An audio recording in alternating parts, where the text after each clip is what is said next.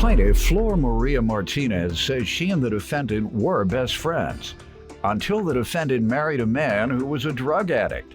Flor claims she took the defendant into her home after her marriage fell apart, and she's suing her today for the cost of a car. Defendant Judy Hunter admits that she and Flor became good friends when they were both single, and Flor was always the life of the party. Judy denies owing Flor because she insists the car was a gift. Start with you. Well, I'm suing my friend Judy. Actually, we were best friends at one point.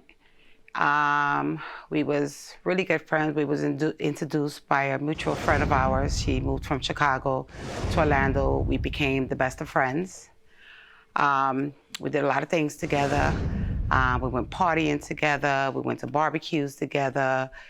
We double dated together. We did a lot of things. Of course, when we went out clubbing, I was the life of the party. I would bring her along with me. We'd go to the dance floor together. I would bring her to the bar with me. We would have some drinks. And then she met a gentleman. So our friendship kind of started being distant.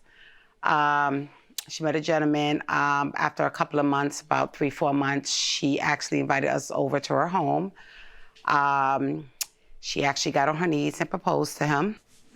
After that, maybe— What did he say? He said yes. And after a couple of months after that, they wind up getting married. You know, they started having some issues in their marriage. He did have some drug issues. I guess he was using probably marijuana. He was popping pills. He was probably doing some other things. So it was causing a lot of issues on her. Me as a friend was trying to be there for her. They broke up a couple of times. Oh, a couple of times. A couple of times. She was going through a hardship. She needed some help. I brought her to my home. I let her in my home. I let her stay in my home. If she needed something to eat, I would feed her. If she needed a ride, I would give her a ride.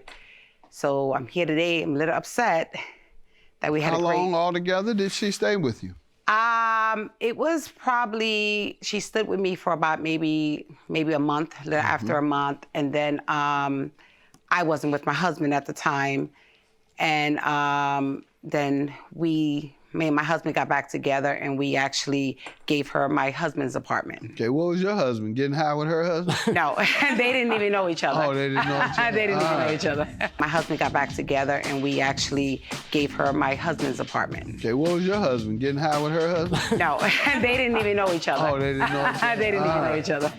Plaintiff Flor Maria Martinez was best friends with the defendant until she married a drug addict and became distant. Let me hear from you, man. She's right a lot, what she's saying. I just moved to Orlando, and we became good friends. She was single, I was single, and she was separated from her husband. I wasn't married, so she was the life of the party. We had a mutual friend. We partied all the time. She took me under her wing, and we just, went out dancing. Took you under her wing on the partying side. Yeah, she's a huge partier, She loves to party and loves to drink, so I attached to her because she was a lot of fun. She was a good friend. She was there for me, like she stated, so that was true. So, one thing led to another. It was, we hit it off really good. And then, she did help me out. I didn't stay with her a month. I stayed 2 weeks. All right. Because then I found a place. Other than that, you all have had a good relationship. We did have a good relationship. All right, let me hear about the car that obviously broke the relationship up or hurt the relationship. Well, it did hurt the relationship. She promised, What it was happened? a 2003 Mercedes-Benz ML500 Mercedes. She promised to make payment. We didn't make. Tell me the total cost you were selling it to her for. It was $800. I didn't give her an exact date when she needed to pay the money. She did say she would pay it little by little. When was that? When did she get it? This was back in November. Okay. November of 2018. All right. Okay. And after that, we been back and forth couple of months trying to figure out when was she going to make payment of the vehicle. What would she say? She gave me a couple of excuses. One excuse was she was going to pay me when she got her income tax. And that didn't go through. What happened? Then, What happened in March or well, so when the income tax typically is refunded? She sent me, through a text, she sent me a copy that the IRS took her income tax. And that was, like one of the main reasons why she said she couldn't pay it. So I did apologize for IRS taking her money, but still asked her when she'd be able to make payment. Of course, we went back and forth, and come to find out she wasn't able to make payment. Okay. And where's the car? She has the car. Well, supposedly her son has the car somewhere here in Chicago. But you don't have it. I don't wasn't have it. returned to you. But the car is still underneath my name. You never got your money or your car back. That's your point. Okay, yes. All right. Let me hear from you. The car was not, it was a gift. She had the car in her parking garage for months and months and months. And I told her, just ditch it for you get $500 for it or whatever. So she just wanted it out of her lot. She had a lot of trouble with the car. She fixed it. Quiet. And after that, she was like, well, whoever takes out of my lot, you can have it. So I was like, great. I called my son in Chicago. Hey. When she asked for her money or the income tax issue, how did that come up? Well, that came up because she found out that she owed $800 to the bank. That's in order to get the title when I asked for the title. So how long after getting it, the gift, did you ask for your title? Right when my son was coming to get it. I don't know when that was. Oh, how that was, long I'm sorry. after getting the gift did you ask for your title?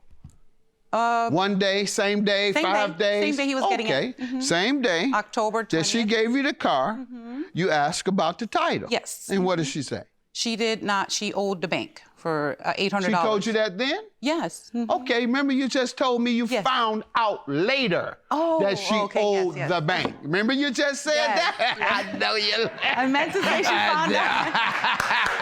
Yeah, that's what people do when they get caught directly in the lie. They go, oh, you got me now. Go ahead. What else other than it was a gift that you agreed to pay back with your income tax? Well, after I found out that she owed the bank for the $800, yes. You agreed to pay? I agreed to pay. All right, so why haven't you? I haven't paid it because my taxes got taken away, just like she said. That's your only defense? And yes. Plaintiff Flor Maria Martinez was best friends with the defendant until she married a drug addict and became distant. All right, judgment for the plaintiff. Her only defense is that she's trying to trick you with the income tax game, like everybody does when they come in here with that. And $800 is your judgment. She has no legal defense. First, she said it was a gift in totality. It was. Until I asked about getting that title, and then she changed that story or straight up lied. She said, that was when I found out later. You found out that same day. Have a good day. Judgment for the plaintiff. The trust is gone now. Really upset about this, that we lost friendship over $800. Yeah. But the trust will never be there again. Same here. I can't. That was just too much entailed.